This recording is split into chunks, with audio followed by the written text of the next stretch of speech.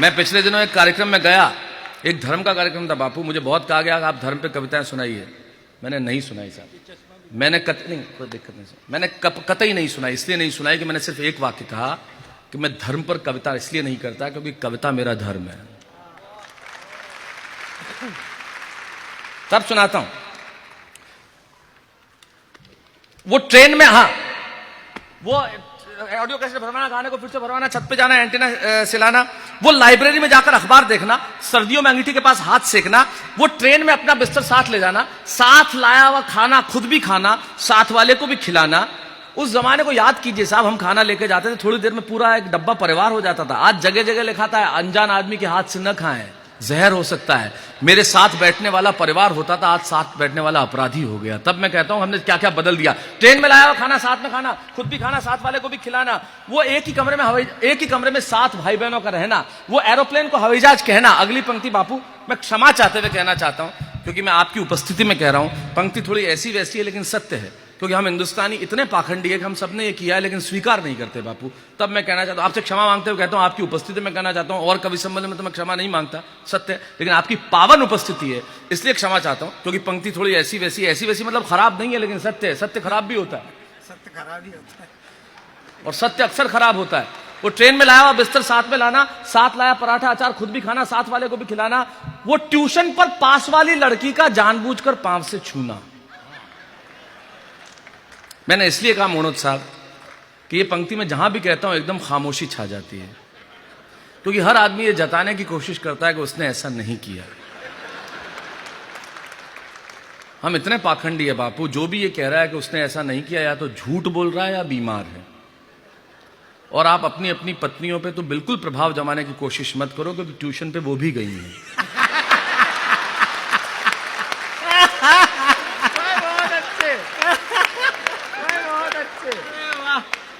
सत्य है ये। ट्यूशन में इतने पाखंडी होते हैं हम लोग बापू। मैं बस में जा रहा था, एक आदमी बैठा, उसके पास में खाली सीट, एक बेचारा भद्र पुरुष आया, बोले खाली नहीं, सवारी। बेचारा चला गया। 2 मिनट बाद एक खूबसूरत सी महिला आई, शबीना जी, और उसने आके कहा सीट, हाँ। तुरंत वही पुरुष लौट के आया मोनोज साहब, बोले यही है आपकी सवारी? मेरी वाइफ है। क्या पाखंड है। मैंने ही कहा था चला जा साला, सीट दे देगा। ये पाखंड है हमारा। वो ट्यूशन पे पास वाली लड़की का जानबूझकर पांव से छूना, वो अपनी साइकिल उसकी खूबसूरत लूना, अपनी साइकिल उसकी खूबसूरत लूना। मैं यकीन मानिए, मेरा पहला वाहन मैंने लूना लिया था। आज मैं चाहे मर्सिडीज चलाता हूं, चाहे ऑडी चलाता हूं, सबसे कहता हूं साहब मैं उसके अंदर बैठ के भी लूना ही चलाता हूं। मैं वहां से बाहर आ ही नहीं पाया। वो अपनी साइकिल उसकी खूबसूरत लूना, वो रोज मंदिर जाती है, इस चक्कर में अचानक आस्तिक हो जाना। वाह वाह वाह। वो रोज मंदिर जाती है, इस चक्कर में अचानक आस्तिक हो जाना। वो हर चीज खरीद के पहले स्वास्तिक बनाना। वो शादियों में जाने पर वो बिना किसी सामान के घर घर खेलना। वो शादियों में जाने पर 5-5 कोल्ड ड्रिंक उंडेलना। वहीं मिलता था शादियों में, जहां कोल्ड ड्रिंक की टेबल वहां अपन ये देना। 2 के बाद जब वो आंख दिखाता था, वो मंगा रहा है। मोहल्ले में कौन सा कोल्ड ड्रिंक, कोका कोला, फेंटा, आज के बच्चों को नसीब है। हमारे तो पूरे मोहल्ले में आई लव यू रसना, 1 बाल्टी पानी, 1 पैकेट रसना, 1.5 किलो शक्कर, पूरा मोहल्ला साफ। और हमारे मोहल्ले में तो इतना ऑरेंज रसना पिलाया गया मुझे कि मेरी जबान भगवा हो गई है। लोग कहने लगे इसका जबान सांप्रदायिक है। वाह वाह वाह वाह वाह। राजनीति इस तरह से भी बात की जा सकती है, कुछ और करने की आवश्यकता नहीं है। बहुत अच्छी बात। क्या बात है। वो शादियों में जाने पर 5-5 कोल्ड ड्रिंक उड़ेलना, वो रात में दादाजी के पांव दबाना। और अगली पंक्ति मैंने की है, मुझे नहीं मालूम, मैं मुंबई में रहता हूं, आप लोग भी अपने अपने शहरों में रहते हैं, मैं गाँव में पला बढ़ा, इसलिए अगली पंक्ति का सुख मुझे पता है वो क्या होता है। सुरेंद्र दुबे जी तुमने भी किया होगा, तुम भी गाँव में रहे हो। वो और विष्णु तो आज भी सिकंदराबाद में रहता है अपनी धरती पे, ये भी गाँव से निकला। तमाम लोग, ये शहर से आया बस, उज्जैन से। नहीं, वो तो हमारा सबसे प्राचीन शहर है, इसलिए वो रात को दादाजी के पांव दबाना, आधी रात को उठकर भौंकते हुए कुत्तों को भगाना। शाहदरा में। ये मैंने बहुत किया बापू। घर वालों ने मुझे इसी काम के लिए रखा गया था। मतलब मैं उन्हें कुत्ते बोलते तभी याद आता था। कुत्ते बोले बबलू, बबलू समझ जाता था कि अगली भूमिका के। मेरा उनसे इतना कुत्ताचारा हो गया था। कुत्ताचारा, वाह। क्यों भाईचारा हो सकता है तो कुत्ताचारा क्यों नहीं हो सकता? क्यों नहीं होना भी चाहिए। आजकल हमारे जितने एनिमल लवर्स हैं, मैं उनसे क्षमा चाहते हुए कहता हूं, भाई आप प्यार करो एनिमल से, हमें मजबूर तो मत करो। हमें डर लगता है, हम क्या करें? तो आप जरूर प्यार करो। बोले आप, हम कैसे, हमें डर लगता है यार, हमें नहीं जमता तो कैसे करें?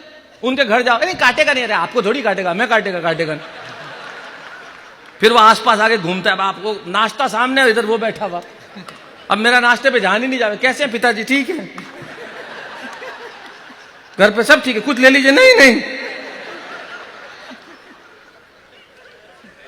मेरे चाचा जी के घर पे मैं गया, उन्होंने एक पाली, उसका नाम रखा डिम्पी। हाँ, डिम्पी लोढ़ा। हाँ, देखो भैया आए हैं। अरे यार ये कुछ, मैं तो बड़ा ही भगाते हुआ था।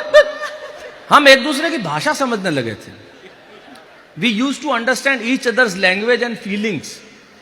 मैं आता तो वो समझ जाते, वो आता तो मैं समझ जाते। बापू एक मोहल्ले में मुझे अंग्रेजी बोलने वाले मिले, कुत्ते। हाँ, वो हमारे अंग्रेजी के प्रोफेसर थे, उनके पाले हुए थे आसपास के। तो पहला आया, मुझे देख के बोला हु कौन। दूसरा हाउ, कैसे? तीसरा वाह, क्यों? चौथा बोला शैलेश लोढ़ा है, अपने घर जा रहा है। सब मिलके बोले ओ।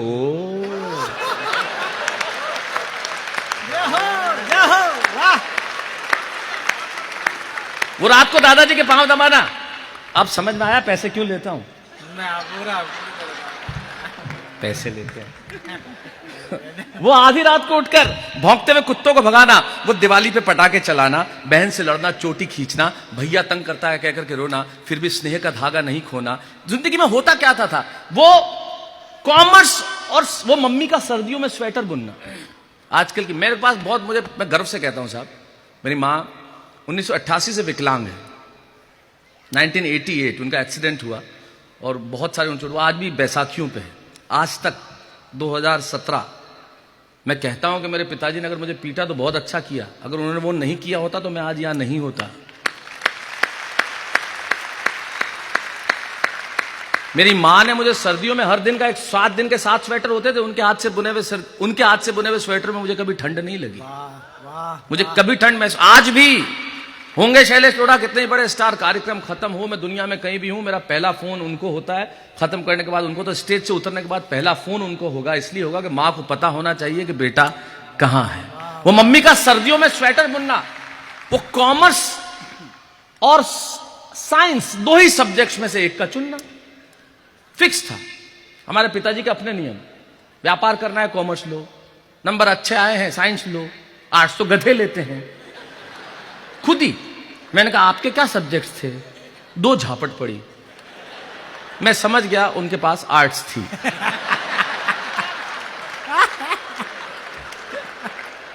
वो मम्मी का सर्दियों में स्वेटर बुनना, वो साइंस और कॉमर्स 2 ही सब्जेक्ट में एक को चुनना, वो बहन से लड़ना, चोटी खींचना, भैया तंग करता है कहकर के रोना, फिर भी स्नेह का धागा नहीं खोना, वो स्लीपर क्लास में धक्के खाते हुए जाना, वो सुराही की मिट्टी की गंध के साथ पानी पीना, वो बेलौस, बेफिक्र, मस्त, बेवजह जीना। सच सच बताना यार, मिस करते हो कि नहीं? सच सच बताना यार, मिस करते हो कि नहीं?